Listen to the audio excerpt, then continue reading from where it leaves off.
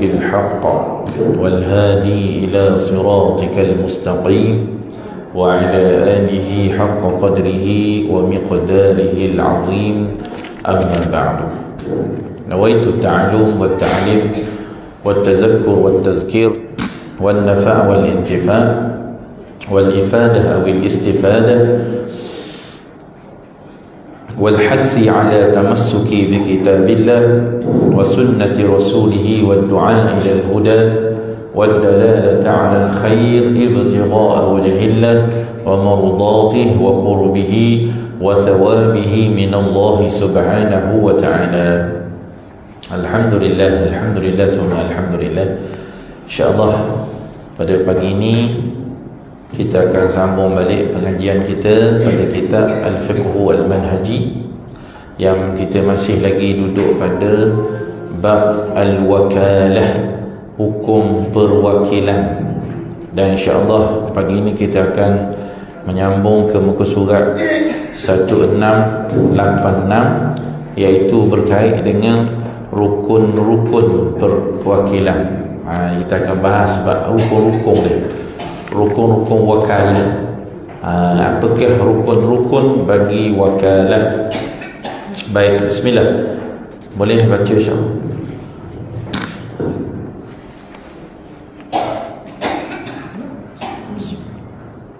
Wakalah iaitu perwakilan membabitkan 4 rukun, iaitu yang pertama perwakil, kedua wakil, yang ketiga lafaz orang, dan terakhir perkara yang diwakili. Nah, maknanya kita ada mewakil, bahasa Arab panggil mewakil, iaitu yang tukang wakil lah. Dan kita ada wakilun, wakil, sama bahasa Arab dengan bahasa Melayu sama, wakil. Wakil ni bahasa Arab lah, digunakan dalam bahasa Melayu. Wakil maknanya orang yang menjadi wakil. Yang ketiga kita ada siratun, iaitu lafaz kontrak.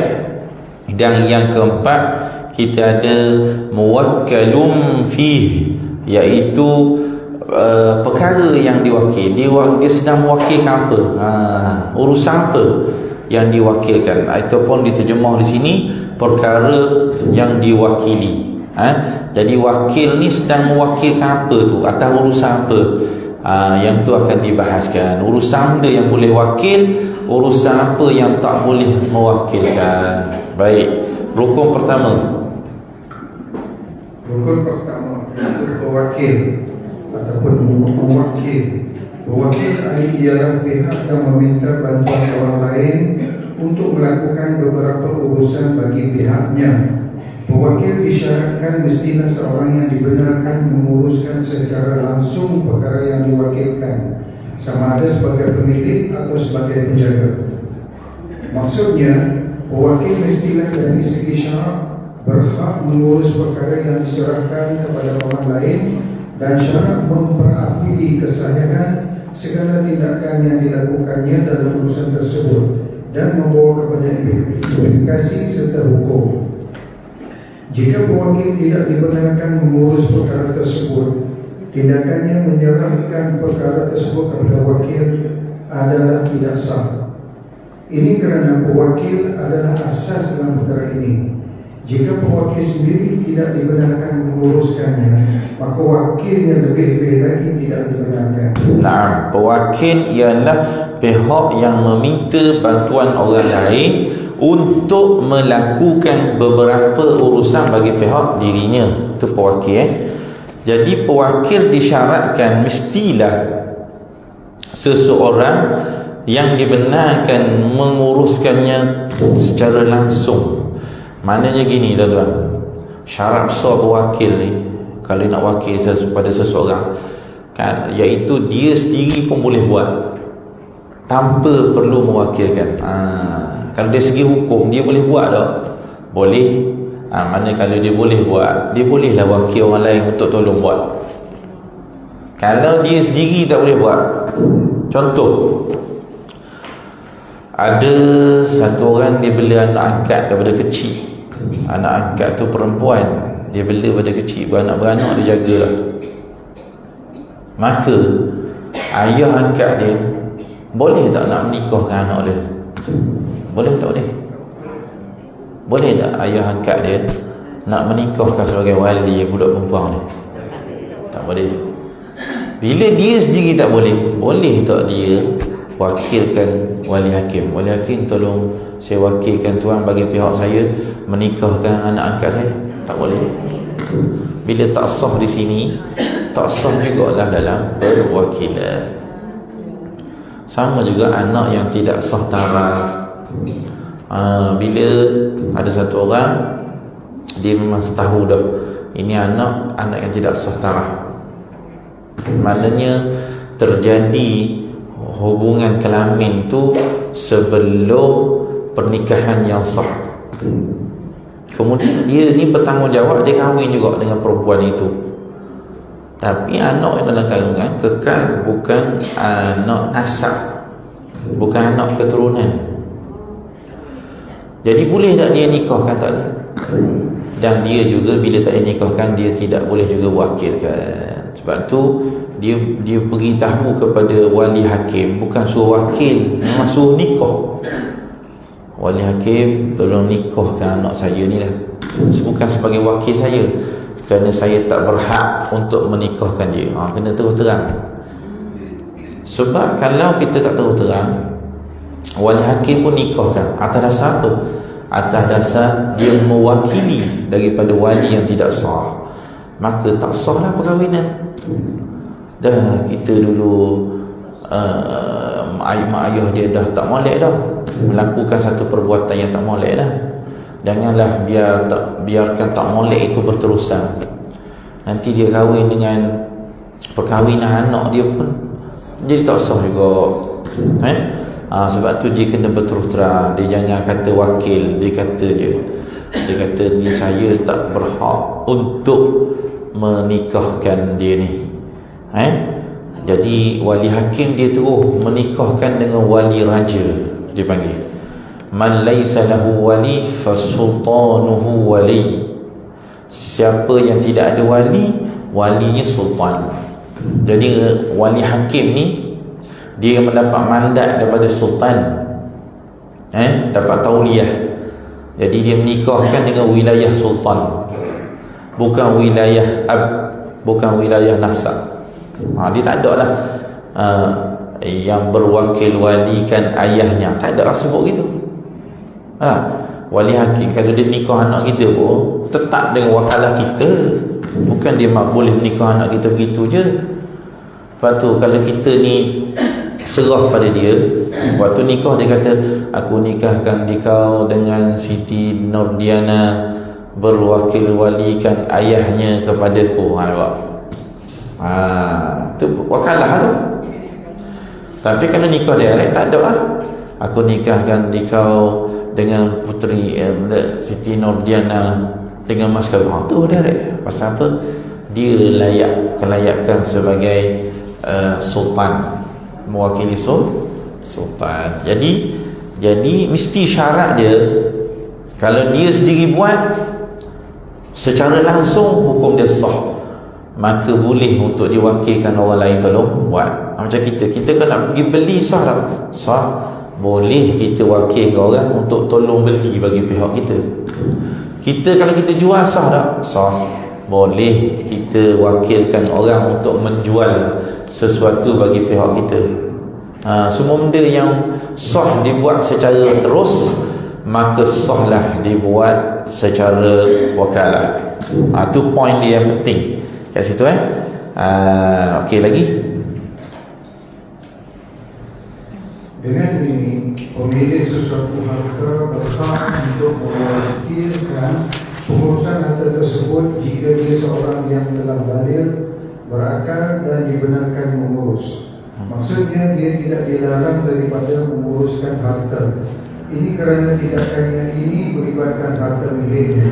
Okey, jadi maknanya pewakil ni mesti, sebab orang yang boleh urus sendiri harta dia mesti orang yang ada sifat balik. Budak kecil tak boleh urus harta dia sendiri, mana boleh kan? Sebab tu tak, budak kecil tak boleh berjual beli, mana boleh budak kecil. Suruh budak kecil beli, mana boleh. Syarat sah berjual beli aqil baligh, Sepatutnya nak ikut undang hukum Islam, tak boleh suruh anak-anak yang belum balik pergi beli. Pergi beli jak gandum sekilo. Tak ada. Tak ada. Dari segi hukum lah tak ada. Macam mana? Tu lah. Kantin sekolah. Ya, ada tempat duduk tak? Orang bagi tak ada tempat duduk lah. Ada. Dia tengok ngaji ni kadang-kadang bila semangat penuh. Bila tak semangat dia tengok pasang surut macam air pasang juga. Taib. Orang lelaki memang semangat sama dah pak. Gini sama. Taib. Jadi maknanya kantin sekolah tu, mana kalau ikut dari segi hukum lah, kita ambil asal hukum dalam mazhab Syafi'i. Tapi adalah pandangan-pandangan dalam mazhab lain. Mazhab lain ni dia lebih menekankan kepada adanya taradhi lah, redha. Walaupun orang tu dia tak capai tahap sebenar sebagai orang yang boleh menguruskan harta, tapi dia dalam menyerahkan hartanya itu ada unsur-unsur redha. Dan orang yang menjual tu pun bila menyerahkan kuih ada unsur redha. Itu cukup dalam mazhab lain lah. Mazhab Syafi'i dia tekan tu syarat aqidain, syarat dua orang yang berakad mesti baligh. Tahu tak apa implikasi dia? Imam Syafi'i ni bila dia menetapkan satu hukum, dia sangat teliti. Sekarang ni ada budak-budak dia berbelanja ikut suka dia. Mak ayah bagi RM5 sehari pun habis. Sebab apa? Dia tak pandai nak uruskan harta dia. RM5 pun habis. Beli kedai, beli ngaruk coklat-coklat gitu je. Ada mainan-mainan sikit lagi beli. Nampak tak impak dia? Impak bila budak orang yang tidak balik yang menguruskan harta. Dia tak boleh nak berfikir benda yang aslah, iaitu benda yang lebih bermanfaat untuk dia. Apa tu Imam mazhab Syafi'i dia tekan ke situ. Memang kalau ikut dia dari segi realitinya, kalau kat asrama lagilah. Kat asrama ni lagilah di luar kawalan ibu bapa. Ada kawan-kawan dia jual ni dia beli. Ini sebab apa ni? Sebab dia tak reti dia tak layak lagi dalam menguruskan harta selagi dia tak balik. Tak layak lagi. Macam jual awak yang jenis duduk asrama umur sebelah, duduk asrama dah. Pantang ada sikit ustazah ke ustaz jual menega lah, dia beli. Padahal benda tu berlambak dah kat rumah. Jadi itu orang tua jadi tak molek orang tua berniaga dengan budak-budak, sebab dia akan bagi side kelebihan pada orang tua. Budak ni akan beli je, orang tua seronok lah. Laku siapa awak punya pelanggan? Budak-budak belaka. Memang laku lah, coklat laku, cekedih laku. Sebab tu dalam Islam, dalam mazhab Syafi'i dia letakkan baligh. Tak boleh kita ni nak ambil untung, kita nega budak-budak, sebab kita tahu budak-budak ni dia tak pernah mikir apa yang patut untuk diri dia. Atau Islam tak bagi. Ini balik pada asrama, beli baju ni, beli. Siapa jual? Ustazah jual. Ustazah jual budak-budak. Budak-budak dia kira seronok dia je. Dia tak ada lagi kuasa untuk memilih, kuasa untuk nak membuat satu ketentuan yang baik. Bahkan jangan kata budak tak balik, budak balik yang muda pun kita kata tak ada lagi, khususnya pada hari ni. Orang kata pilihan raya umur 18 tahun ni, antara umur 18 tahun sampai umur 20 tahun ni, orang kata dekat 26 juta. Maksudnya dia boleh menentukan jatuh bangun sesebuah kerajaan. Bayangkan tuan-tuan, ini satu mana kita letakkan negara dalam risiko lah, mudah ceritanya. Bayang orang muda, maknanya benda apa yang menyeronokkan dia? Itu orang balik tu. Orang balik kalau kita tengok sekarang ni, hari ni lah di hadapan mata kita, orang umur 17, budak SPM umur 18, anda sangat kematangan dia. Bukan semua, tapi kalau majoritinya gitu. Maknanya benda apa yang menyeronokkan dia akan beri. Apa siapa yang boleh tawarkan dia kelebihan, benda-benda yang menyeronokkan, janji-janji yang menyeronokkan dia akan bagi. Tak mikir agama, penjagaan, siapa nak jaga agama, siapa nak jaga bangsa, nak jaga negara, tak mikir. Itu sebenarnya ada side yang positif dari segi ruang untuk dia memilih, tapi ada negatif, silbiat tu ada. Bahaya. Maknanya sekarang ni orang pakar-pakar pengkaji, orang pakar politik ni, dia kata memang betul-betul duduk menang ke tak menang sesebuah kerajaan ni duduk pada 26 juta, 18 tahun hingga 20. Dia tak akan ada pemilihan dia tu dengan melihat kepada siapa yang boleh bawa agama, yang dapat jaga agama, yang dapat jaga bangsa, yang dapat jaga negara. Tu bahaya. Tapi nak buat macam ni, dah gitu dah. Kita kena, maknanya usaha kita sekarang ni, usaha macam mana orang-orang muda ni dapat dia ada tarbiyah. Tak boleh tinggal lah. Kalau dia boleh beri peranan pada jatuh bangun sesebuah kerajaan, maknanya kita pandang dari segi sudut apa? Kena pandang dari segi sudut tarbiyah lah. Tarbiyah lah, maksudnya pendidikan Islam kepada anak-anak muda. Biar anak-anak muda ni sejak jadi nak memilih, dia memilih dengan takwa, dengan rasa takut pada Allah. Kena gitu lah. Itu ialah usaha dia. Sebab ni dah dijadikan sebagai satu undang-undang dah. Jadi usaha orang agamawan ni, orang muda ni perlu dididik. Kalau tidak habis. Maknanya dia orang siapa yang boleh buat offerkan benda-benda yang menarik pada orang muda, tu yang akan menang. Jangan jadi gitu lah. Kata tu akan menang. Anak muda akan lebih terkesan kepada mereka. Jadi dia kata mesti baligh, berakal dan dibenarkan mengurus. Maknanya ada orang baligh, orang berakal, tapi di kalangan orang tak dibenarkan mengurus. Ada. Siapa? Orang yang mahjur alaih bisafah. Mahjur alaih bisafah ni orang yang dibekukan harta dia daripada untuk dia berurusan kerana dia ada mental. Bukan gila. Gila awal lagi tolak. Gila dia berlawan dengan akil, berakal. Ada orang berakal tapi dia tak pandai mengurus. Tak. Ada orang budak-budak taklah budak, orang balik dah. Orang balik tak pandai mengurus. Jadi kalau dia jual beli, dia tipu. Tak cerdik. Tak cerdik tu bahasa halus lah. Bodoh tu betul lah. Lawang pada bodoh. Meaning sama makna dengan bodoh, tak cerdik. Kalau dengan anak tak cerdik ni, padahal nak kau bodoh. Tapi sebab bodoh tu tak molek, tak cerdik. Jadi dia akil, baligh, dua sifat ni ada. Tapi tak ada sifat dibenarkan mengurus. Ada dua orang. Satu mahjur alaih bisafah. Ada orang tak dibenarkan menguruskan harta walau dia dah baligh, walaupun dia telah berakal, tapi sebab dia safah, dia luruh, betul luruh, jadi tak reti, boleh ditipu. Ni tak dibenarkan. Yang kedua, tak dibenarkan mengurus harta walaupun dah baligh, walaupun berakal, disebabkan mahjur alaih bifalas. Falas ni muflis.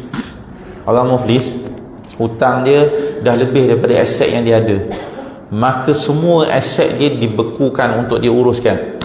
Dia tak boleh jual dah aset dia. Kalau dia jual tak sah. Dia baligh, dia berakal, tapi dia mahjur alaih dengan perintah mahkamah syariah lah. Tengok hutang dia lebih dah, ramai orang minta hutang dengan dia, tak boleh bayar. Maka pada aset dia saja yang tak boleh. Orang mahjur alaih yang dihalang, dibekukan asetnya kerana dia muflis, itu dia bukan tak boleh berjual beli. Boleh. Dia boleh kalau dia nak berhutang orang ke, boleh. Tapi yang tak bolehnya apa? Pada aset-aset dia. Tak? Maksud sekarang ni duit dia ada 60,000 dalam bank. Dia tak boleh nak beli sesuatu dengan duit yang 60,000 dia tu. Tapi kalau contohnya ada orang baik hati, orang kata kamu banyak hutang ke? Okey, tak apa, sekarang ni saya nak bagi kamu hutang untuk kamu bayar semua hutang. Kamu muamalat tu kan, boleh tak? Boleh, tak ada masalah. Sebab tak melibatkan harta yang sedang dia ada. Harta yang dia ada tu tak boleh. Dia tak boleh pandai-pandai dia pergi nak pergi jual kereta dia ke, tak boleh, tak boleh. Kalau dah sampai hakim telah tentukan dia ni muflis, sebab aset dia semua untuk kemaslahatan orang-orang yang orang tuan-tuan punya hutang. Nakut-takut nanti kok mana pun dia tak boleh bayar juga. Jadi aset dia ada lah, boleh jual, boleh apa untuk tutup hutang. Itu orang panggil dia dibekukan urusannya hanya pada aset harta dia. Tapi kalau tak melibatkan aset harta dia, boleh. Tak ada masalah. Boleh orang nak wakil dia suruh pergi beli barang ke, boleh, tak ada masalah. Okey, baik. Tu tiga tu. Baligh, berakal dan dibenarkan mengurus. Okey, demikian juga dengan penjaga harta seperti bapa, datuk atau pemegang wasiat. Mereka berhak mewakilkan pengurusan harta orang yang berada di bawah jagaan mereka kerana mereka memiliki hak untuk menguruskannya melalui hak jagaan. Lelaki yang baligh dan berakal berhak mewakilkan seseorang untuk menjalankan urusan perkahwinannya kerana dia sendiri dibenarkan untuk menjalankannya. Nah, betul tuan-tuan. Maknanya demikian juga siapa dia orang yang boleh jadi wakil ni, bapa, datuk, pemegang amanah. Orang ni dia berhak mewakilkan, menjadi wakil kepada pengurusan harta orang yang di bawah tanggungannya. Betul tak? Sekarang ni anak, harta anak, siapa yang boleh urus? Tolong urus. Sebab anak tak boleh ngurus dia. Siapa yang ngurus? Wakil lah tu. Wakil kepada anak dia lah, hak tak balik. Boleh. Contohnya duit anak dia tu dah perlu untuk dizakatkan, banyak daripada kecil kumpul tersimpan dalam bank yang dia tak keluarkan zakat secara terus lah. Bank-bank biasa lah, bukan tabung haji kan. Jadi setiap tahun bila sampai dah nisab ada, haul ada, kena bayar zakat. Bayar zakat. Zakat tu zakat mana bertakluk dengan baligh? Mana zakat bertakluk dengan baligh? Sembahyang, kewajipan sembahyang baligh, betul tak? Kewajipan puasa baligh, kewajipan zakat mana dia baligh? Budak kecil banyak duit, budak kecil tapi banyak duit dia, maknanya simpan dalam bank, tak balik lagi. Jadi perlu dizakatkan. Siapa yang akan zakatkan? Bagi pihak orang yang di bawah jaga. Ayah dia cek duit dia berapa dalam akaun ni, keluarkan zakat. Lepas tu dia kata kalau ada orang dia tahu duit dia banyak, dah nisab. Nisab sekarang 20,000 20,000 lebih nisab. Dia lepas dia balik, baru dia boleh tengok sendiri akaun dia. Dia cek tengok rupanya waktu sebelum dia balik lagi duit dia dah nisab, tetapi ayah dia tak zakat kan. Wajib dia qada balik. Qada. Berapa tahun ayah waktu dia balik tu duit dia dah cukup nisab, yang ayah dia tak zakat kan, wajib dia qada balik. Sebab apa? Ketika tu maksudnya wajib atas dia untuk dibayar zakat. Jadi itu bapa wakil. Begitu juga lelaki yang baligh dan berakal berhak mewakilkan seseorang untuk menjalankan urusan perkahwinannya kerana dia sendiri dibenarkan untuk menjalankannya. Boleh mewakilkan orang lain. Ada laki bakil, akil baligh, dia nak wakilkan seseorang untuk menguruskan urusan perkahwinan dia. Contohnya apa? Contohnya nak terima akad bagi pihak dia, boleh. Wakil ni bukan untuk orang belah wali saja, boleh wakilkan belah pengantin lelaki, boleh. Ada orang nak nikah, saya wakilkan haji dah, haji tolong apa tolong terima bagi pihak saya. Boleh. Saya terima nikahnya, berwakil kan, jangan terima untuk diri sendiri pula. Terima untuk siapa? Tapi dalam ijab qabul tu dah sebut dah. Mestilah si orang tu dia akan, bila dia tahu orang yang datang adalah wakil, maka dia akan sebut nama muwakil lah, nama orang yang wakilkan. Jadi boleh wakilkan. Orang jauh, tolong saya wakilkan awak, tolong terima. Jadi bukan pengantin lelaki tu, orang lain. Saya terima nikahnya bagi pihak fulan bin fulan, gitu, dengan mas kahwinnya sekian. Boleh. Wali pun boleh wakilkan, pengantin lelaki pun boleh wakilkan. Sebab tu kata lelaki yang baligh dan berakal berhak mewakilkan seseorang untuk menjalankan urusan perkahwinannya kerana dia sendiri dibenarkan untuk menjalankannya. Itu je. Kembali pada kunci tadi. Lelaki dia sendiri boleh terima tak sebagai pengantin? Memang boleh lah. Apa sahaja yang boleh dia buat, maka boleh dia wakilkan. Kan dia sendiri boleh jadi, dia sendiri boleh menerima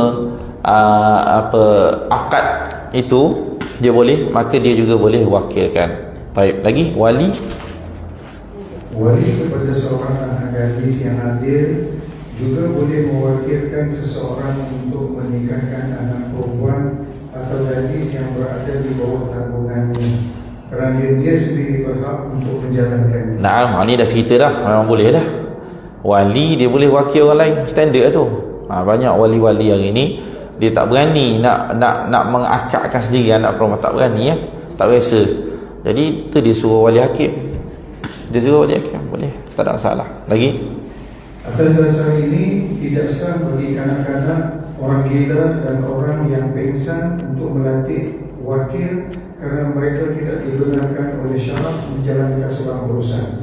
Jadi siapa yang tak boleh? Maksudnya kanak-kanak tak boleh nak wakilkan seseorang kerana dia sendiri pun tak berhak melakukan dengan dirinya sendiri. Dia tak boleh. Kita kata bola kanak-kanak tak boleh berjual beli, nak wakil kat orang pun tak boleh. Okey, lepas tu maknanya dah macam apa penyelesaiannya? Penjaga dia lah. Penjaga dia ada wakalah direct. Budak-budak kan nak beli, penjagalah yang jadi wakil bagi pihak dia, tanpa perlu lafaz wakalah pun, sebab dia ni bawah jagaan, dia wakilkan bagi anak di bawah jagaan dia. Orang gila tak boleh wakilkan orang. Tuan-tuan kalau terima juga wakil orang gila, tuan-tuan pun sama lah. Orang gila tolong ni kita pun ikut dia.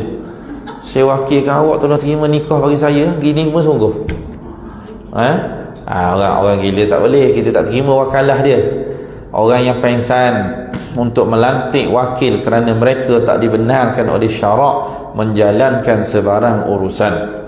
Orang yang dilarang menguruskan harta kerana bodoh, kita kata tadi, bodoh, safih, juga tak sah melantik wakil kerana dia tak dibenarkan menguruskan. Yang tuli dia, yang luruh bendo, baligh, akil, tapi luruh bendo, tak pandai menguruskan harta. Orang ni pun tak boleh diwakilkan orang, tak boleh.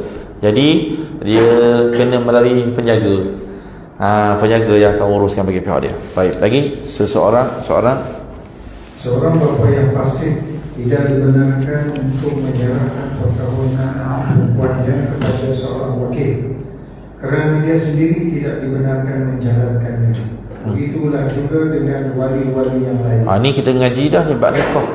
Antara sebab jatuhnya wilayah penguasaan seorang wali untuk menikahkan anak perempuannya adalah fasik. Bayang tu dah fasik. Mana-mana ayah yang fasik, dia tak boleh nikahkan, tak boleh jadi wali kepada anak perempuan dia. Ini besar ni. Fasik ni orang yang terjerumus dengan dosa besar. Dosa besar ayah dia buat dosa besar. Ayah minum arak, ayah judi, ayah dosa besar. Ayah dahaka pada mak ayah. Salat dosa besar. Jadi ayah buat gitu. Jadi boleh tak ayah ni nikah? Tak boleh. Mana tak boleh. Dia itu antara yang dia akan berpindah kepada, kalau ayah fasik ni, dia akan pindah kepada wali yang terdekat. Contohnya lepas ayah dia ada toki. Ayah ada tapi ayah fasik. pindah wilayah tu pada Tok Ki. Tok Tok tak ada, pindah kepada adik-beradik. Jadi tengok apa darajat kedudukan wali tu. Jadi dipanggil wali, tak pindah pada wali raja, tak pindah kepada wali hakim. Dia ada bab situasi terus dia akan pindah pada wali hakim. Contohnya orang perempuan tak ada wali hakim. Tapi ada setengah ada wali, tapi wali ada problem. Seperti fasik, dia akan pindah pada wali terdekat.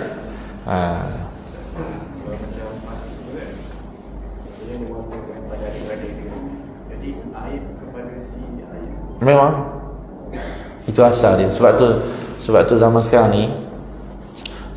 ni dia orang pertama sekali dia orang akan cuba waktu nak akan nikah tu. Sebab itulah wali hakim kata istighfar, benda gitu lah. Itu semua nak suruh mudah-mudahan kalau ada orang berdosa, istighfar dia ketika itu, taubat dia taubat yang sempurna, Allah Ta'ala terima taubat dia, jadi bersih dia ketika nak akad nikah. Lepas tu sebelum akad nikah istighfar dulu, ada sebab. Bukan saja tu, nak suruh bersih daripada kekacauan itulah, kekacauan yang fasik tak sah. Istighfar, astagfirullah, gitu. Taubat tu khasnya sebenarnya untuk wali ni, nak jadi wali. Lepas tu suruh mengucap kalimah syahadah, syahadu an la, supaya dia terang-terang betul-betul dia ni orang Islam.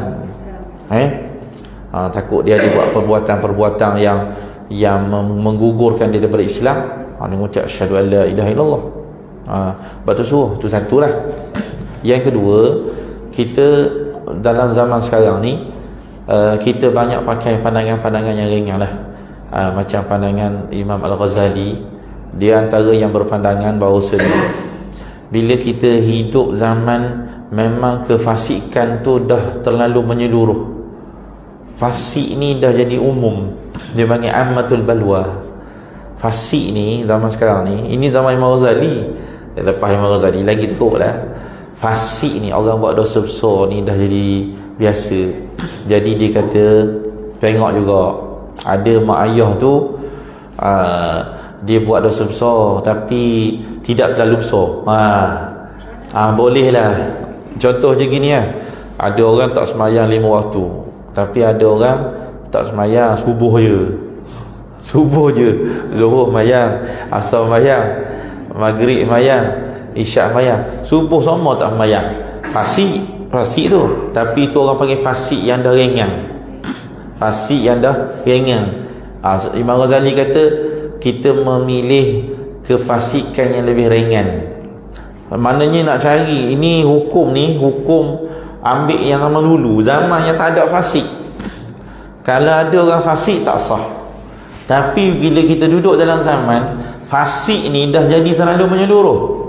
Zaman sekarang ni dah, Allahu Akbar, orang tak semayang tu biasa. Kata zaman sekarang ni, ini bukan cerita. Kita boleh tahu orang tak semayang. Tambahan lepas Covid ni, bukan main fardu, main Jumaat dah jadi biasa.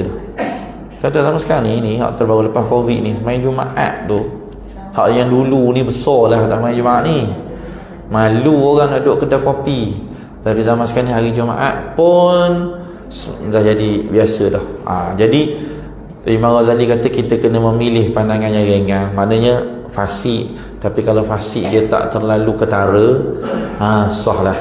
Dia kata bolehlah demi nak menjaga kemudaratan yang lebih besar. Imam Ghazali kata apa? Ni nanti ayah dia tak nikah. Bila ayah dia tak nikah, dia lambat nak nikah. Bila lambat nikah, takut terjerumus dalam zina. Ada nak jaga masalah yang lebih besar. Akhafu dararain, darar belaka tu, darar, dua-dua mudarat, tapi cari mudarat yang lebih ringan. Jadi dibenarkan juga nikah, mudahkan, dipermudahkan, macam gitulah. Kalau macam tadi ya, kalau ayah anak kata ayah jangan jadi saksi, jangan jadi wali saya sebab ayah fasik, macam mana? Tak jadi perang ke? Anak memfasikkan ayah, habis. Lepas tu kena bawa pergi mahkamah pula nak sahkan. kena sah, banyak kerja lah. Hakim kena sahkan dulu. Sebelum betul-betul hakim nak tolak wali ni, hakim kena sahkan dulu kefasikan dia. Balik panjang cerita tu, dia panjang. Jadi Imam Ghazali kata tak apalah, ada ayah yang pendosa, jadi kita ingatkan. Dan sebelum akad nikah tu suruh taubat, suruh istighfar, suruh mengucap. Sebab maksud kat situ lebih ada berkepentingan apa? Nak cepatkan urusan kahwin, takut orang terjerumus dengan maksiat. Baik. Lagi seorang orang berihram. Orang berihram haji atau umrah tidak dibenarkan menjalankan akad nikah untuk diri sendiri. Oleh itu dia tidak dibenarkan mewakilkan orang lain untuk menjalankan akad nikah bagi pihaknya selagi dia berihram. Jika dia mewakilkan orang lain untuk menjalankan akad nikah bagi pihaknya selepas tamat ihram, tindakannya tersebut sah. Antara orang yang tak boleh nak mewakilkan kerana dia tak boleh nak buat sendiri, dia sendiri tak boleh. Apa? Orang dalam ihram. Orang dalam ihram, haji ke umrah, memang la yankah wala yunkih. Dia tak boleh nikah, dia sendiri jadi pengantin, dan dia juga tidak boleh menikahkan orang lain. Itu sifat orang dalam ihram. Jadi bila dia sendiri tak boleh, maka dia juga tidak boleh mewakilkan orang. Ayah dia sedang duduk di Mekah, buat haji, dalam ihram ke? Dalam ihram. Anak nak nikah, sabar, ayah dalam ihram sekarang, tunggu sekejap. Ayah habis ihram, ayah tahallul, maka ayah dia akan telefon ke wali hakim. Saya wakilkan, baru boleh. Saya wakilkan tuan untuk tuan menikahkan anak saya. Baru boleh. Begitu juga pengantin lelaki dalam ihram, ada nak buat perkahwinan kat sini, boleh nak wakilkan orang untuk terima bagi pihak dia? Boleh. Tunggu lepas habis ihram. Waktu dalam ihram tak boleh. Waktu dia kata kalau sekiranya dia wakilkan orang lain untuk menjalankan akad nikah bagi pihak dia selepas tamat ihram, tindakan tersebut sah. Waktu dalam ihram tak boleh. Pasal orang dalam ihram ni tak boleh nikah dan tak boleh menikahkan. Tak boleh. Jadi bila dia sendiri tak boleh, maka tak boleh dah juga mewakili bagi pihak dia. Baik, walau bagaimanapun syarat ini dikecualikan bagi orang buta. Orang buta tidak dibenarkan menjalankan urusan jual beli atau sebagainya yang bergantung kepada penglihatan. Namun dia dibenarkan mewakilkan urusan tersebut kepada orang lain kerana keperluan. Jika orang buta tidak dibenarkan mewakilkan urusan tersebut kepada orang lain, dan tidak dibenarkan menjalankannya sendiri, sudah tentu larangan ini membebankannya. Ini dia buat pengecualian. Ada pengecualian. Pengecualian apa? Orang buta. Orang buta ni sebenarnya kita dah bahas dalam akidah. Orang yang berakal, orang buta dia tak boleh beli. Mana boleh? Orang buta kalau beli kena tipu lah. Kena tipu lah. Dia tak kata semua orang nipu ke? Tapi inilah Islam, dia menutup ruang-ruang boleh berlakunya penipuan. Ruang-ruang yang boleh tertipu tu. Jadi orang buta kalau ikut tak dibenarkan menjalankan urusan jual beli, tak boleh. Mana boleh? Orang buta tak boleh. Duit dia kena tipu ke? Tak, orang celek pun kena tipu duit. Tak usah kata orang buta. Baik. Tapi ada setiap kaedah mesti ada pengecualian. Pengecualian dalam bab ni, orang buta wala dia tak boleh berjual beli, tetapi dia boleh wakil ke orang. Dia boleh wakil. Kan tadi kan, kalau siapa yang tak boleh buat, dia tak boleh wakil kan. Kecuali orang buta. Orang buta dia diri tak boleh jual. Dia tak boleh jual, orang buta. Dia tak boleh beli. Dia tak boleh beli direct. Tapi orang buta boleh wakilkan orang. Boleh. Dia rasa dia nak beli air, dia pergi cari orang, tolong beli ke saya air sekian. Gitu. Boleh. Sah tu. Walaupun dia sendiri tak boleh buat secara langsung, tapi boleh dia wakilkan orang. Boleh. Baik. Kerana jika orang buta tak dibenarkan mewakilkan urusan kepada orang lain, dan tak dibenarkan menjalankan sendiri, sudah tentu larangan ini akan membebankannya. Habis cerita bab muwakkil. Okey, yang kedua, wakil. Rukun kedua, wakil. Wakil adalah pihak yang akan menjalankan sesuatu urusan bagi pihak orang lain dengan kebenaran pihak tersebut. Wakil mesti memenuhi beberapa syarat. Yang pertama, mestilah seorang yang dibenarkan menjalankan urusan yang diserahkan kepadanya jika diandaikan urusan tersebut adalah urusannya sendiri. Jika diandaikan urusan yang diwakilkan adalah urusannya sendiri dan dia tidak dibenarkan menguruskannya, perwakilan tersebut tidak sah. Ini kerana orang yang menjalankan urusannya sendiri adalah lebih berautoriti berbanding orang yang menjalankan urusan bagi orang lain. Kerana menjalankan urusan sendiri adalah berdasarkan kuasa sendiri, sedangkan menjalankan urusan orang lain berdasarkan kuasa yang diberikan oleh orang tersebut secara wakil. Nah, jadi syarat wakil sama juga. Wakil, siapa yang diwakil kita? Iaitu seseorang yang kalau dia sendiri pergi beli, kalau dia sendiri buat pun sah, barulah kita boleh jadikan dia wakil untuk nak dia uruskan bagi pihak kita. Dia tuan badan sendiri, kalau dia buat pun sah, barulah kita boleh suruh dia untuk dia wakil bagi pihak kita. Kita nak suruh apa ni? Kita nak suruh dia belilah. Tengok dulu wakil kita tu, dia tu kalau dia pergi beli sendiri boleh tak? Pun tak boleh. Budak-budak tadi kan, budak-budak kanak-kanak dia nak wakil, ni adik ambil duit ni, saya wakil awak tolong beli gandum. Dia sendiri pun tak boleh beli gandum, apatah lagi nak beri bagi pihak kita. Tu tak boleh tu tak sah tu. Wakil budak-budak tak boleh. Apa? Budak tu sendiri dari segi hukum kalau dia pergi sendiri pun tak sah. Sebab tu syarat wakil ni maknanya kalau dia buat urusan yang berkenaan untuk dirinya sendiri pun tidak sah. Maka tak sahlah kita nak jadikan dia sebagai wakil kita.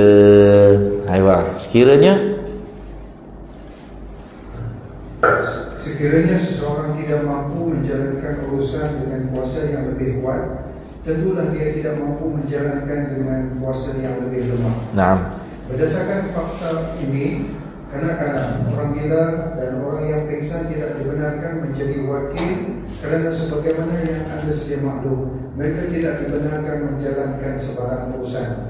Walau bagaimanapun, sah mewakilkan kanak-kanak yang mumayyiz untuk melakukan haji sunat, menyembelih korban dan mengagihkan zakat, kerana semua urusan ini boleh dilakukan untuk diri. Boleh. Dia kata nak suruh kanak-kanak apa, nak jual beli apa tak boleh. Tapi ada benda yang kanak-kanak kalau dibuat sah. Ada. Kanak-kanak kita nak suruh wakil, kita suruh dia beli, memang tak sah lah, pasal dia sendiri pun tak sah. Tapi ada benda, pekerjaan yang kanak-kanak buat sah. Sah. Apa? Contohnya kita nak wakilkan kanak-kanak yang memayis supaya jadi imam. Wakil tu patutnya tak imam, tapi tak imam rasa malah itu, tak imam suruh budak-budak jadi imam. Sah tak wakil? Sah ke tak sah? Patutnya tak imam lah jadi imam, tapi tak imam sakit perut. Nampak ada satu orang budak tak balik lagi, mau mayis dah, awak jadi imam. Sah tak? Sah tak sah? Sah lah. Sebab budak-budak kalau dia semayang mau mayit, sah ke tak sah? Sah. Dah boleh tak kita wakil dia untuk semayang? Sah lah. Sah lah. Boleh, tak ada masalah. Sebab dia sah memang kalau dia semayang sah pun. Perbuatan semayang kalau dia sendiri buat sah, maka bolehlah kita akan wakilkan dia supaya dia jadi imam. Boleh. Begitu juga dikata sini contoh siapa lagi yang budak-budak kalau dia buat sah, contohnya macam melakukan haji sunat. Haji kali kedua. Nak suruh siapa buat ni? Nak suruh ada budak tapi budak tu dah haji dah. Budak tu dah haji dah, kan? Lepas tu nak suruh buat haji sunat, mana yang haji tak wajib lah. Budak-budak, tapi syarat budak tu dah Mumayyiz sama lah yang sah. Haji pun sah, tapi haji yang sunat. Wakil ke dia? Boleh. Benda lagi, dia beri contoh sini. Menyembelih korban. Menyembelih korban ni sah, tak ada masalah. Menyembelih korban boleh belaka. Sembelih korban ni nak apa, siapa-siapa pun boleh. Betul tak? Sah tak budak-budak sembelih korban? Sah tak sah? Masih jawab macam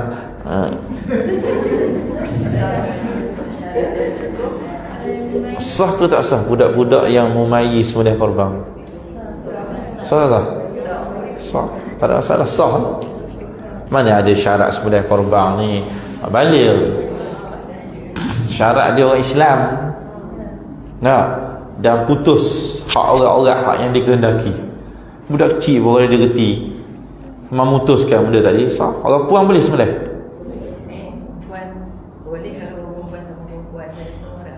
Kalau sebenarnya tak ada orang lelaki. Orang puan ni sah sembelih. Sah tapi tak afdal. Tak afdal. Dia sah sembelih. Sebab apa? Maksud sembelih nak putuskan orang-orang tadi. 2 daripada 3. Afdalnya 3 orang putus. Jadi sah. Jadi wakil ke siapa ni sembelih korban saya ni? Budak tapi mayis dah. Boleh, tak ada masalah. Lepas tu mengagihkan zakat. Boleh. Sebab apa? Mengagihkan zakat, agih. Maksudnya ni zakat ni memayih dah budak tu untuk agihan. Sebab maksud di situ adalah agihan tu sampai kepada mustahiq, kepada orang yang berhak. Boleh. Ni duit zakat ni RM500, kamu tolong bagi ke Haji Mat. Saya wakilkan awak, tolong serah pada Haji Mat tu. Wakil untuk agihkan zakat tu. Wakilkan awak, tolong bagi ke Haji Mat tu boleh. Boleh tuan-tuan. Begitu juga mewakilkan orang budak untuk mewakilkan budak untuk meminta tetamu masuk dalam rumah, memberi izin. Boleh. Sekarang ni mak duduk dapur tengah masak, orang beri salam, Assalamualaikum. Apa dia? Kita tengok apa dia? Makcik leha. Atau mak apa? Mak suruh masuk. Pergilah budak ni pergi jumpa Makcik Leha, mak suruh masuk. Betul duk awak ni? Boleh percaya? Dia kata boleh. Mana kalau dia masuk tu tak dosa. Awak masuk ni dosa ke tak berdosa? Siapa beri izin? Ada satu budak tadi dia kata mak dia khabar boleh masuk. Boleh tak? Dosa tak? Tak dosa. Tak dosa lah kita masuk. Sebab kita tak boleh pandai-pandai masuk rumah orang. Mesti ada izin. Tapi bolehkah kita masuk hanya dengan izin yang diwakilkan kepada seorang kanak-kanak? Jawapannya boleh. Boleh. Walaupun akhirnya kanak-kanak tu punya nipu punya. Masuk-masuk tak ada mak dia dalam. Dia nipu. Tapi dari segi dosa tadi. Rupanya dia gurau. Masuklah. Mak dia tak suruh masuk pun. Boleh. Sebab apa? Itu pengecualian lah. Ada urusan yang dia sendiri kalau dia buat pun sah. Baik. Walau bagaimanapun sementara itu Sementara itu orang yang bodoh iaitu safi tidak boleh menjadi wakil dalam urusan yang membalikkan keuangan. Orang buta pula tidak sah menjadi wakil dalam urusan yang memerlukan penglihatan. Orang yang berihram untuk haji atau umrah tidak dibenarkan menjadi wakil untuk menjalankan akad nikah. Begitu juga wanita kerana mereka tidak dibenarkan melakukannya untuk beli. Semua tu tak boleh lah. Pasal apa? Orang safih nak dia sendiri nak beli pun tak boleh. Tiba-tiba kita nak wakil dia pula suruh beli lagi, tak boleh lah. Orang apa lagi? Orang buta tak sah menjadi wakil dalam urusan yang memerlukan penglihatan. Dia sendiri pun tak boleh beli, kita wakil orang buta suruh pergi beli. Lagilah tak sah. Nampak? Orang yang berihram untuk haji dan umrah tak dibenarkan menjadi wakil. Tak? Ada orang nak suruh anak dia menikah dekat Mekah tu. Jadi dia wakil siapa? Supaya di wali bagi pihak dia, orang yang sedang dalam ihram. Tak boleh lah, orang ihram tu sendiri pun tak boleh nak menikah anak perempuan dia sendiri, apatah lagi dia nak menikahkan anak perempuan orang lain. Tak? Baik, walau bagaimanapun menurut pendapat yang sahih, syarat ini dikecualikan bagi pelantikan kanak-kanak yang telah mumayyiz dan dipercayai sebagai wakil untuk meminta izin masuk ke rumah, menyampaikan hadiah. Baru cakap tadi, nampak? Boleh. Kanak-kanak yang mumayyiz, asal dia tak ada hak nak beri izin pada orang, betul tak? Dia tak boleh buat. Tapi bila ibu dia kata, beritahu ke Makcik Leha masuk boleh. Padahal dia tu tak ada hak, dia sendiri nak buat tak boleh, betul tak? Sepatutnya tak layak jadi wakil lah. Tapi ni antara masalah-masalah yang ada pengecualian. Boleh. Anak kita, cucu tapi mayis dah, orang beri salam, suruh masuk suruh masuk. Boleh. Cucu marilah, pakai pampers ke? Pakai pampers ni mayis ke tak mayis? Pakai pampers ni mayis tak mayis? Tak mayis lagi. Jangan merangkak masuklah. Gitu. Kadang merangkak tu tak mayis lagi. Itu tak boleh pakai tu. Jadi kena budak tu yang boleh, yang tolong sampaikan bagi pihak nenek dia tu, mesti budak yang telah mumayyiz. Dia sendiri tak boleh benarkan. Tapi kita boleh jadikan dia sebagai wakil untuk benarkan. Boleh. Ini pengecualian. Boleh budak yang mumayyiz, yang besar, masuk nenek suruh masuk. Apa hukum kita masuk? Boleh. Ini nak masuk nak khabar. Kan ada Al-Quran. Jangan kamu masuk dalam rumah melainkan setelah kamu memberi salam, melainkan setelah adanya izin. Tak boleh masuk rumah orang. Mana boleh? Sedar pas dapur dah. Masuk. Tak? Ada ni makcik-makcik ni yang perempuan. Dia best friend dia. Tak? Dalam rumah tu bukan ada kawan dia je. Ada laki pada kawan dia, ada anak laki. Sedar pada dapur dah. Tak? Salam tak ada. Beri salam sambil masuk. Assalamualaikum. Pada dapur. Nak masuk rumah orang mesti kena minta izin. Assalamualaikum. 3 kali beri salam. 3 kali tak jawab balik. Tu je. 3 kali. Lepas 3 kali tak ada jawapan dah, jangan masuk dah. 3 kali adab beri salam 3 kali. Mana kalau tak 3 kali tu tak salah, ada hal lah tu. Ini 3 kali kat depan, 3 kali kat dapur, 3 kali kat tingkap, 3 kali kat jamban. Assalamualaikum. Tu nak masuk juga. 3 kali dah khalas, balik kau tak ada. Maknanya kalau ada pun dia tak jawab salam tu, dia tak sedia terima tetamu lah. Itu adabnya. Orang tetamu ni memang kita kena muliakan tetamu. Tapi kadang-kadang kita jadi tak boleh nak muliakan dia pada waktu tersebut. Kalau mari kita tengah emosi kita serabut, lepas tu mari pula. Betul, kadang-kadang kita tak menyiapkan diri kita untuk terima tetamu. Baik. Kemudian selain itu, mumayyiz ni, kadang-kadang mumayyiz dia boleh dibenarkan untuk menyampaikan hadiah atau sebagainya. Jadi kalau balik kepada soal beli kedai tadi, membeli tadi, kalau dia wakil pergi kedai tu ambil tepung sikit untuk beli. Untuk beli. Beli tak boleh. Beli tak boleh. Tak boleh. Beri hadiah boleh. Beza. Sebab beli ni dia berkait dengan muamalat. Muamalat dua hala. Dalam mazhab Syafi'i tak boleh. Sebab dia berkait dengan beli. Ada kontrak kat situ. Beri hadiah bukan ada kontrak. Beri hadiah macam alat. Waktu beza alat. Alat macam alat. Contohnya kita gunakan apa Grab ke apa itu apa dipanggil Grab tu, orang Islam ke tak orang Islam ke, sebab dia panggil alat nak menyampaikan sesuatu barang. Dalam bab jual beli dia tekan Dalam mazhab Syafi'i lah cerita ni. Tekan tak boleh. Sebab apa? Budak tadi macam mana ni jadi wakil? Dia sendiri kalau pergi kedai beli pun tak sah. Macam mana dia nak jadi wakil bagi pihak kita untuk membeli? Itu dalam mazhab Syafi'i lah. Dia tekan betul.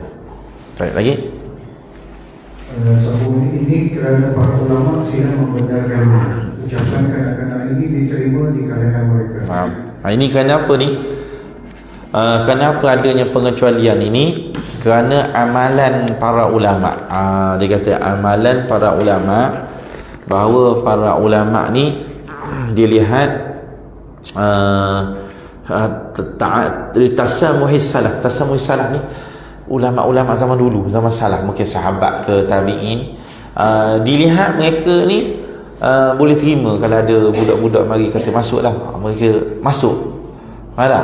Jadi amalan-amalan tersebut dijadi panduan kepada ulama dalam mengeluarkan hukum untuk nak jadikan di situ pengecualian. Mungkin ada zaman-zaman sahabat bahawa ada hadiah orang kirimkan melalui budak, lalu sahabat terima.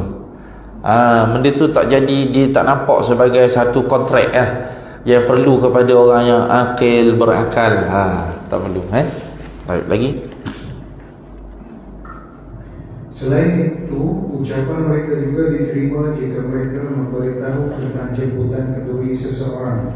Selain kanak-kanak, orang fasik dan orang bukan Islam juga diterima. Imam An-Nawawi radhiyallahu anhu pernah berkata, setahu saya tidak ada percakapan pendapat bahawa pemberitahuan mereka boleh diterima. Nampak?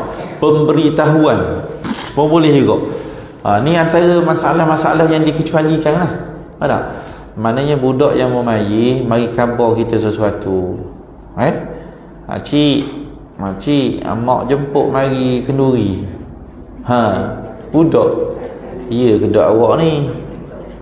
Mak jemput ni tengah hari ni makan kat rumah. Pergilah, pergi. Tengok ada tak ada kenduri pun. Nak buat benda ni, khabar kenduri, tak ada kenduri. Kena tipu budak lah. Tapi boleh pegang benda tu. Dari segi hukum lah, kalau nak pegang, boleh ke kita wakilkan budak nak mari jemput? Nak mari jemput kenduri. Tolong pergi tu beritahu kata tengah hari kan mari makan sini, makan rumah mak. Boleh tak? Boleh. Dari segi nak pegang lah. Nak pegang boleh. Begitu juga dia kata apa? Dia kata orang fasik mari jemput ni bab jemput ni, bab mengkhabarkan sesuatu. Dia mari khabar kita mari jemput kita kenduri. Orang fasik tak ada, orang tak semayang, tapi dia mari khabar kita bab tu je, bab mari kenduri, bab makan, jemput. Boleh tak? Dia kata boleh. Imam Nawawi kata boleh terima.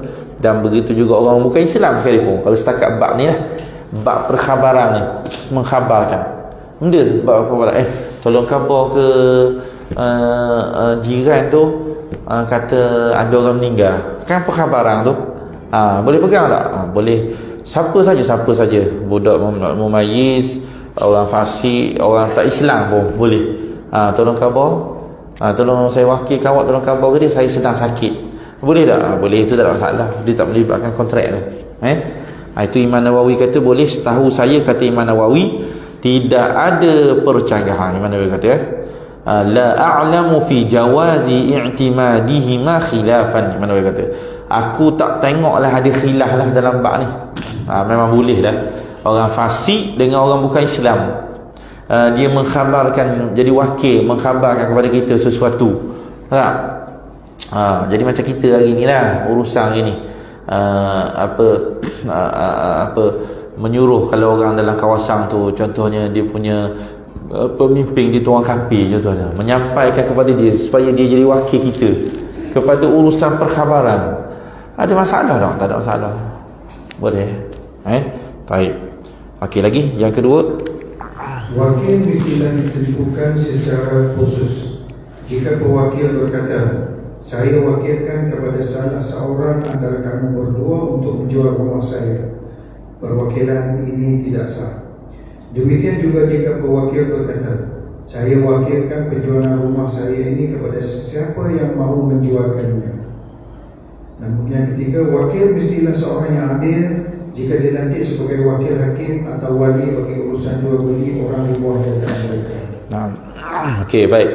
Wakil mestilah ditentukan secara khusus. Maknanya dia kata wakil ni mesti muayyan. Mesti orang yang telah ditentukanlah siapa yang diwakil kita ni. Mesti orang yang muayyan. Jika pewakil berkata, saya wakilkan kepada salah seorang antara kamu berdua untuk menjual rumah. Ni orang panggil tak muayyan ni. Tak tentu molek. Dua orang mari. Saya wakilkan saya wakilkan salah seorang. Wakilkan salah seorang. Siapa dia? Tak tentu, tak sah. Wakil dua-dua sekali boleh. Saya wakilkan awak berdua, tak apa. Itu muayyan lah. Hak ni wakil salah seorang. Dia siapa dia?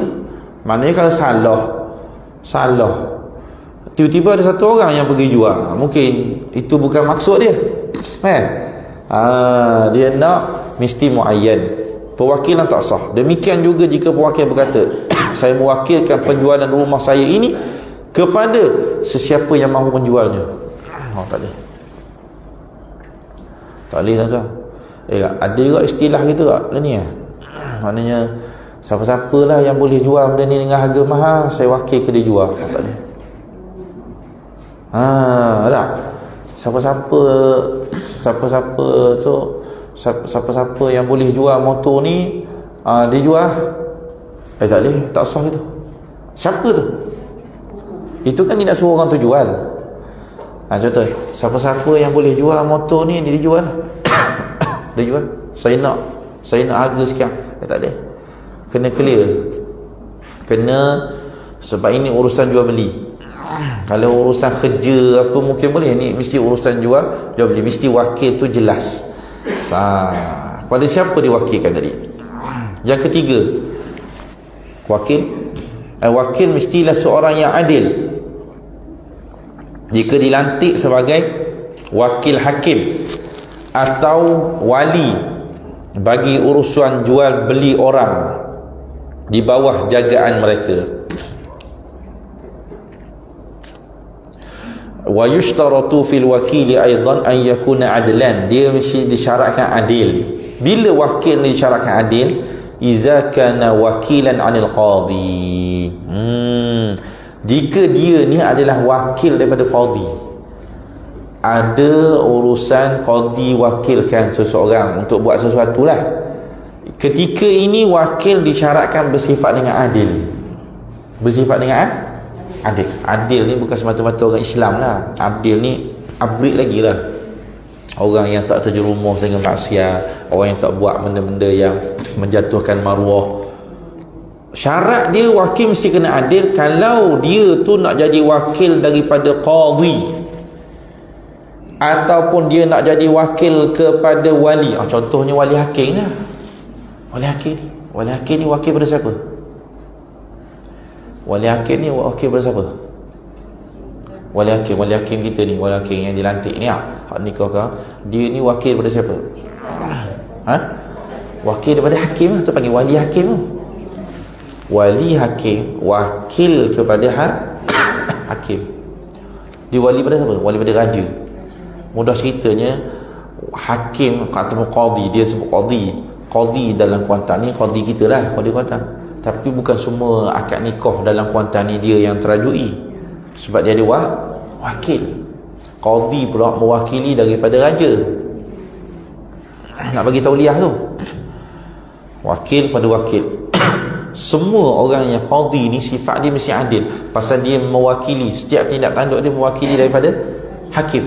Kena tambah lagi sikit sifat dia, iaitu dia mesti satu orang yang adil. Dia tak boleh orang ahli maksiat, tak boleh ahli maksiat. Orang ni, orang-orang apa benda ni, orang mesti sifat adil tu ada. Sifat adil. Adil ni dua. Satu adlul riwayah, yang kedua adlul syahadah. Adil riwayat ni iaitu adil yang sampai boleh meriwayatkan hadis. Ini adil orang yang tak buat dosa besar, dan dia tak semestinya lelaki, orang puan pun boleh adil riwayat. Sebab tu ada Sayyidina Aisyah meriwayatkan hadis, boleh. Adil selagi dia panggil adil syahadah. Ni nak tengok anak bulang. Adil nak jadi saksi. Nak jadi saksi nikah kena orang adil kan? Boleh orang puang? Boleh tak orang puang jadi saksi nikah? Rugi orang perempuan tak jadi saksi sah. RM20 je. Boleh tak orang puang jadi saksi nikah? Tak boleh. Sebab bab syahadah tak akan diterima satu pun penyaksian orang perempuan. Ada bab-bab tertentu je ada. Itu pun mesti ramah. Tengok anak bulan tak boleh orang puang sebab dia nak adlu syahadah. Mana boleh orang perempuan tak boleh tengok anak bulan? Tak boleh. Walaupun orang perempuan hebat, orang perempuan kata saya nampak anak bulan, tak boleh. Pemerintah tak boleh ikut. Tak boleh. Dia bukan masalah dia tak adil. Tak boleh. Orang perempuan tak boleh. Mungkin orang perempuan dia sifat dia dipengaruhi oleh emosi. Kalau dia berasa nak raya cepat, nampak dah. Mana orang lelaki mungkin lebih boleh kontrol benda tu. Dia rasa serabut je, Allah, serabut lah, raya lah. Orang perempuan tak boleh jadi hakim. Mana orang boleh jadi hakim? Kita yang konvensional punya, orang perempuan boleh jadi hakim. Mana boleh? Hakim, syarat hakim, mahkamah nak memutuskan orang lelaki mesti ada sir dia. Orang lelaki, perempuan tak ada. Kita hakim perempuan. Bayang kan? Hakim apa? Hakim besar negara. Hakim. Itu hakim negara kan? Islam tak boleh. Cuma hakim mahkamah syariah kita mesti lelaki. Sekarang ni Datuk Seri Haji Abdul Rahman Yunus, hakim mahkamah syariah. Itu hakim mahkamah syariah. Sebab apa?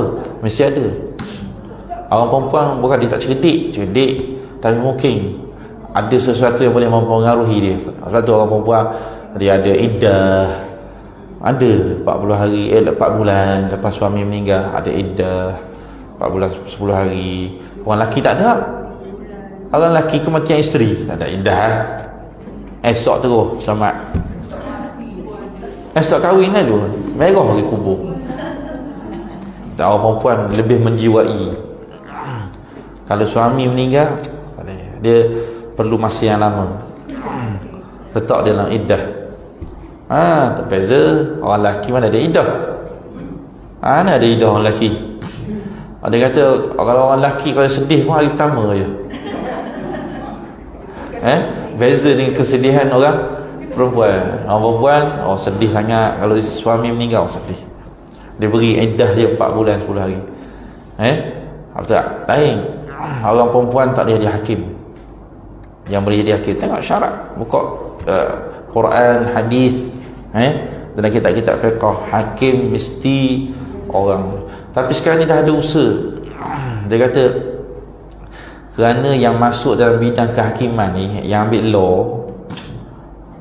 law, hatta undang-undang syar'i, perundangan syariat ni, ramai ada orang-orang puang. Orang lelaki jenis tak minat pula gitu. Tapi orang perempuan hebat macam mana pun dia ambil law, dia tetap tak jadi hakim. Pemutus tu tak boleh. Kalau dalam rumah tangga tak boleh orang perempuan jadi pemutus. Tak boleh. Mana boleh dalam rumah tangga orang perempuan yang putus. Saya nak pergi jalan ke Cameron Highland, tak boleh, punah kita. Banyak tempat nanti Cameron Highland ni sini dah lagi jalan. Okey, orang lelaki putus. Okey, kita pergi sini. Tak. Orang perempuan bila nak pergi kedai, nak beli apa, biar orang lelaki putus, nak pergi kedai mana? Kalau tidak dia dah nak tengok. Tak beli pun tengok harga, banding harga Usair 10 kedai. Dalam kedai sama tak kedai awal. Orang lelaki senang. Masuk satu kedai dah terus 20 barang dalam tu dah tentu, tak usah tak ada kedai lain dah. Kedai ni. Lepas tu kedai pula kalau boleh jangan naik tangga, kedai tepi jalan itu je. Tu nak kata simpelnya, maknanya menunjukkan orang lelaki ni dia mudah untuk ambil keputusan. Orang perempuan ni akan jadi complicated. Mesti ada sir dia. Terlalu complicated pun jadi susah juga. Jadi kes tak selesai. Okey, tangguh. Sampai 2-3 tahun lah. Okey, tak selesai. Lepas tu nak kena orang lelaki. Dalam Islam dia suruh orang lelaki. Baik. Jadi mesti dia itu adalah dipanggil adlu syahadah, adlu riwayah. Adlu riwayah hak nak meriwayatkan hadis ni. Adil dalam bab riwayat, periwayatan. Waktu orang puan boleh Sayyidina Aisyah meriwayatkan hadis, Asma meriwayatkan hadis, tapi adil syahadah. Syahadah ni untuk jadi saksi. Tak cukup adil wanita. Dia hanya memerlukan kepada adil lelaki. Tengok anak pulang. Baik, rukun yang ketiga. Baca satu lagi, rukun yang ketiga. Rukun ketiga, lafaz kontrak. Lafaz kontrak ialah penawaran, ijab dan persetujuan, qabul. Ada 2 syarat yang perlu dipenuhi, iaitu yang pertama, pewakil mestilah mengeluarkan lafaz yang menunjukkan ia bersetuju dengan perlantikan wakil tersebut, sama ada secara langsung atau tidak langsung. Ini kerana menguruskan hak orang lain tanpa persetujuan pemiliknya adalah dilarang. Contoh lafaz secara langsung adalah seperti, saya wakilkan anda untuk menjual rumah saya, atau saya serahkan kepada anda urusan penjualan rumah saya. Contoh lafaz saja secara tidak langsung adalah seperti, ambillah tempat saya dalam proses penjualan ini, atau saya serahkan kepada anda. Bagi perlantikan wakil, selain lafaz, tulisan juga boleh digunakan. Wakil boleh cukup sekadar menunjukkan persetujuannya. Ia tidak semestinya dinyatakan melalui lafaz, malah cukup melalui tindakannya. Ini kerana perlantikan sebagai wakil bererti memberi kebenaran untuk mengurus dengan mengedepikan segala halangan yang ada. Ia sama seperti memberi kebenaran kepada tetamu untuk makan. Tetamu tidak perlu mengucapkan persetujuannya. Baik. Lagi? Menurut pendapat yang bersangkutan, lafaz kontrak tidak boleh tertakluk kepada sesuatu syarat. Contohnya, pewakil berkata, jika Zaid kembali daripada musafirnya, anda akan menjadi wakil saya untuk urusan tersebut. Atau pewakil berkata, apabila bulan Ramadan tiba, saya wakilkan anda untuk urusan itu. Ini kerana dengan meletakkan syarat, terdapat ketidakpastian yang nyata, dan dengan itu perlantikan tersebut dikira tidak sah. Dalam keadaan ini, jika wakil yang dilantik tetap menjalankan urusan yang dinyatakan walaupun terdapat syarat dalam perlantikannya, urusan tersebut dikira sah kerana kebenaran untuk menjalankan urusan tersebut telah pun diberikan. Walau bagaimanapun tidak salah untuk meletakkan syarat-syarat tertentu ketika perlantikan wakil jika kontrak telah sempurna. Contohnya, pewakil berkata, saya nanti anda sebagai wakil untuk menjual rumah saya ini dengan syarat anda menjualnya setelah orang ini datang, atau anda menjualnya pada bulan yang dinyatakan ini. Maksudnya dia tak boleh ada syarat macam biasalah. Bab lafaz ni mesti dia tidak boleh ada syarat lah. Dalam kontrak kita tak boleh. Macam jika Zaid datang balik daripada musafir, maka kamu jadi wakil saya. Tak boleh. Dalam kontrak tak boleh. Tak ada syarat gitu. Dia mesti tanjis. Saya wakilkan kamu untuk terus. Dia tak ada syarat. Jangan kalau mari bulan Ramadan ni aku wakilkan kau. Tak boleh. Tak sah. Maksudnya tunggu bulan Ramadan lepas tu wakil ke dia. Tak boleh sebut gitu. Kecuali dia kata tak salah untuk meletakkan syarat-syarat tertentu ketika pelantikan wakil jika kontrak telah sempurna. Maksudnya gini, wakil dah dia supaya jual rumah, dah siap-siap dah kontrak apa semua, siapa yang akan jual rumah kita ni, orang ni lah. Lepas pada tu baru kita cakap pula dengan dia, tu tak apa. Lepas pada tu kita dah wakilkan orang ni untuk jual rumah bagi pihak kita, dah siap dah kontrak. Lepas pada tu kita jumpa pula dia bulan berikutnya, kita tambahkan sikit. Kita kata kalau boleh kamu jual rumah ni kepada fulan yang akan datang bulan depan. Dia akan mari bulan depan. Tapi benda tu datang selepas kontrak telah termeterai. Dia jangan buat syarat dalam kontrak. Buat syarat dalam kontrak tak boleh. Ada waktu, mewaktukan dalam kontrak tu tak boleh. Tapi lepas pada tu baru kita cakap tu tak apa. Begitu juga tak salah menetapkan tempoh pelantikan. Contohnya, pewakil berkata, anda adalah wakil saya selama sebulan. Boleh.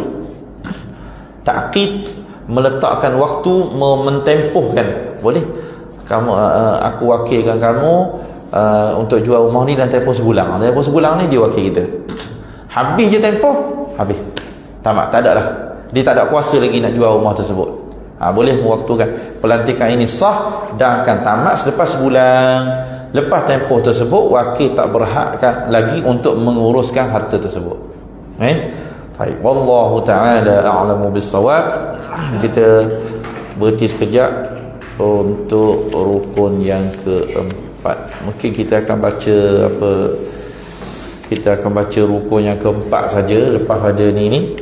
Lepas tu kita masuklah sikit benda lagi, kita punya perbahasan kita berkait dengan solat orang sakit dan beberapa permasalahan lain lah. Jadi sesi kedua ni kita nak bahas beberapa permasalahan lain lah. Sakit ke, berkait dengan sakit, berkait dengan sujud sahwi, ada yang spesifik, hukum-hukum yang spesifik.